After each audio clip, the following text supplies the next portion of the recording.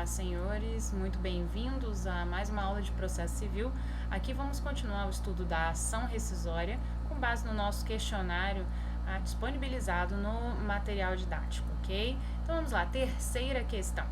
Sobre o novo Código de Processo Civil, marque a alternativa errada. É importante a atenção ao comando da questão, uma vez que com o cansaço dos exercícios, o candidato, o estudante, o aluno, muitas vezes pode identificar a questão correta e marcá-la, porque já somos até disciplinados e orientados para isso, mas atenta aí a sua inteligência no sentido de procurar a errada. Vamos lá. Alternativa A. De acordo com a Lei 3.105 de 2015, na ação rescisória, a petição inicial será elaborada com observância dos requisitos essenciais. É claro, a Lei 13.105 é o Código de Processo Civil e os requisitos devem ser atendidos, até aí está correto. Devendo o autor depositar a importância de 5% sobre o valor da causa. Ok, inclusive tal valor é convertido em multa caso haja unanimidade no entendimento da improcedência daquela ação.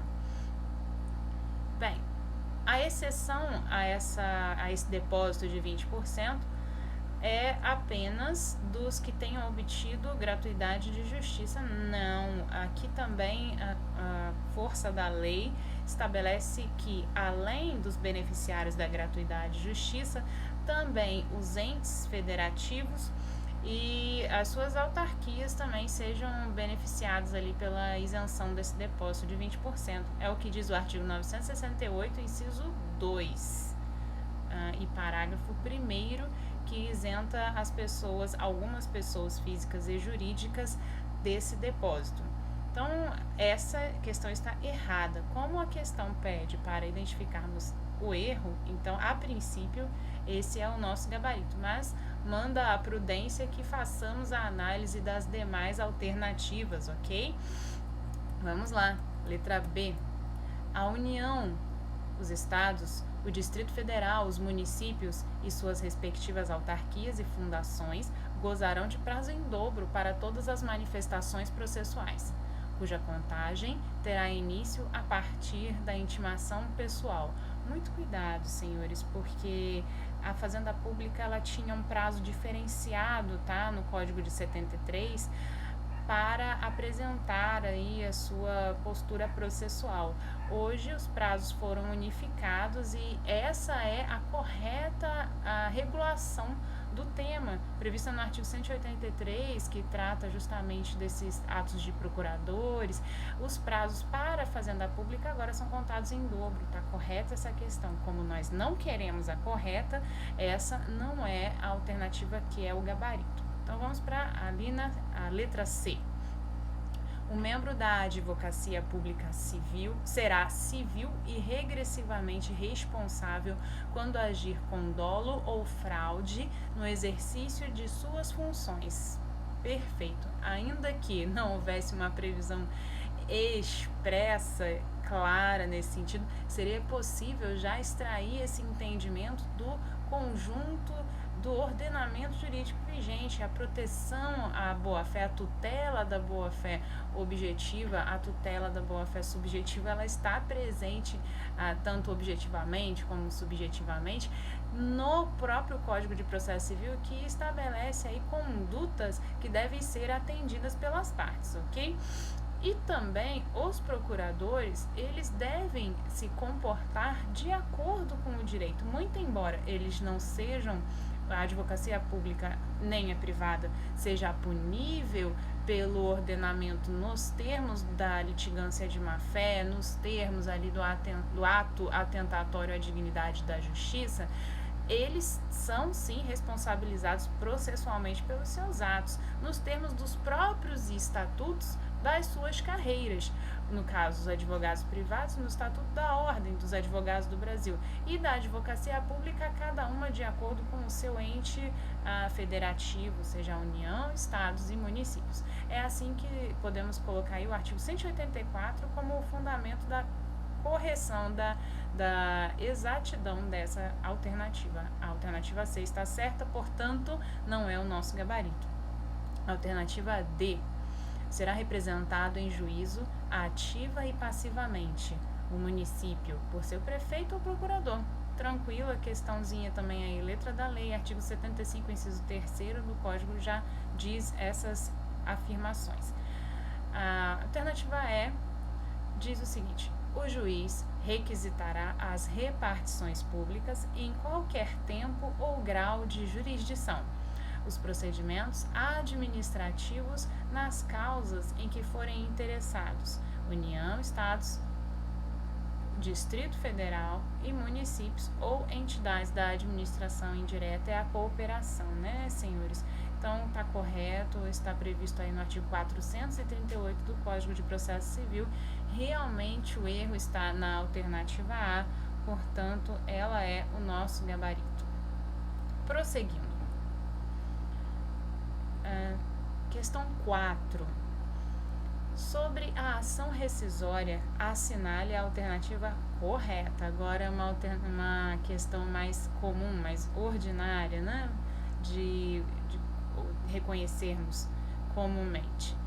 Alternativa A diz o seguinte: atos homologatórios praticados no curso da execução não estão sujeitos à rescisão, e sim à anulação. Exatamente, também aí por força do artigo 966, parágrafo 4º, que trata justamente disso, que os atos são eivados de anulação e não a rescisão, não é a desconstituição, e sim a identificação de um vício passível aí de nulidade. Então é o artigo 966. A ação, alternativa B. A ação rescisória deve ser instruída com prova pré-constituída sob pena de rejeição liminar da demanda. Então, senhores, o artigo 972, ele traz que não é essa a veracidade das questões, né? Uma vez que há a necessidade de novas provas, pelo princípio até da busca, né, da decisão de mérito, a primazia da decisão de mérito, o juiz ele tentará empreender esforços para que sejam deferidas diligências no sentido de suprir aquelas provas. Então, a rejeição liminar da demanda é um vício que fulmina de plano a pretensão e não é aplicável no caso aqui exposto. Bem, só para arrematar, o artigo 972 ele trata a questão da seguinte forma: se os fatos alegados pelas partes dependerem de provas, o relator poderá delegar a competência ao órgão que proferiu a decisão rescindenda, ok? Então, fixando prazo de 1 a 3 meses para devolução dos autos. Há uma atitude de diligenciar no sentido de constituir essa prova e não simplesmente rejeitar liminarmente, ou seja, sem ouvir a outra parte, essa postulação, ok? Então tá errada a letra B. Letra C. A suspeição fundada do magistrado enseja a propositura de ação rescisória contra a sentença que ele tenha prolatado. A suspeição não é vício suficiente para anular, por força dos incisos que estão ali no artigo 966, que são taxativos e não prevêem a suspensão como hipótese de rescisão, de ação rescisória que tem a força de desconstituir a coisa julgada. Errada a alternativa C. Alternativa D diz o seguinte: para a admissão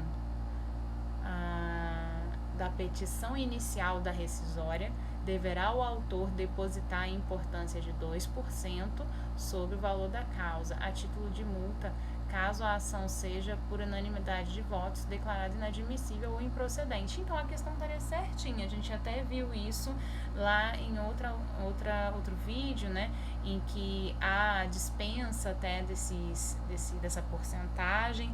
Entretanto, o problema aqui é justamente o número. O examinador quer saber se você decorou a porcentagem, que é 5% previsto no artigo 968, 968, inciso 2.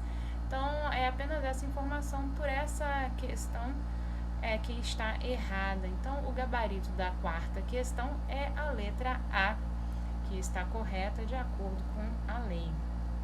Vamos para a quinta e última questão. Diz o seguinte: no que se refere à ação rescisória, analise as afirmativas abaixo e assinale a alternativa correta.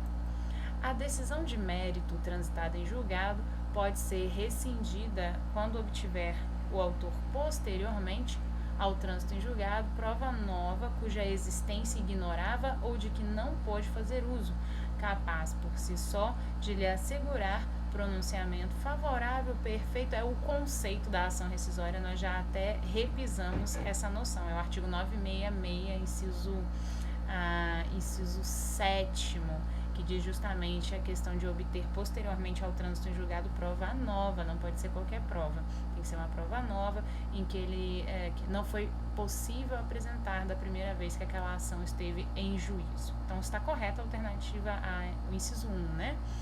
Inciso 2.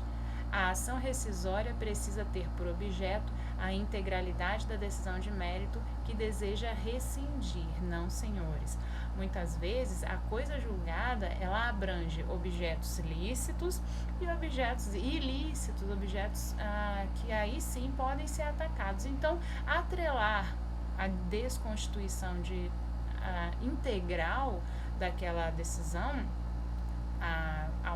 como um requisito para a admissibilidade da ação rescisória seria dificultar o acesso à justiça. Na verdade, você estaria aí tratando de uma insegurança jurídica, desconstituindo coisas lícitas ou impedindo a desconstituição de coisas ilícitas, né? Uma vez que você não tem a prova para justificar a desconstituição da parte correta. Então, é possível sim a ação rescisória que tenha por objeto a parcialidade de uma decisão e não a sua integralidade, ao contrário do que diz a questão.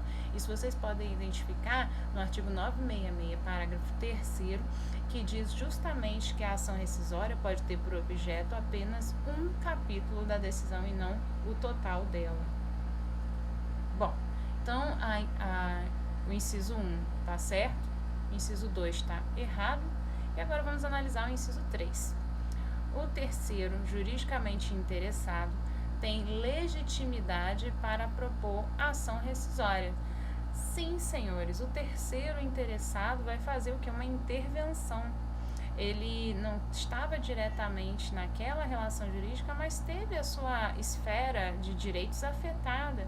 Então, ele pode, o ordenamento jurídico permite que ele ingresse com a ação rescisória desde que cumpridos os requisitos, né, exigidos em lei. É o que diz o artigo 967, inciso 2. Traz aí como legitimado o terceiro interessado. Então, as alternativas corretas são as alternativas 1 e 3 e vamos procurar nas letras. As alternativas 1 e 3 estão na alternativa D, que diz apenas as afirmativas 1 e 3 estão corretas, portanto, a letra D é o gabarito da nossa questão. Então, esse foi o estudo da ação rescisória. Quaisquer dúvidas podem entrar em contato conosco ou deixar aqui nos comentários que também podemos interagir através deles. Até mais!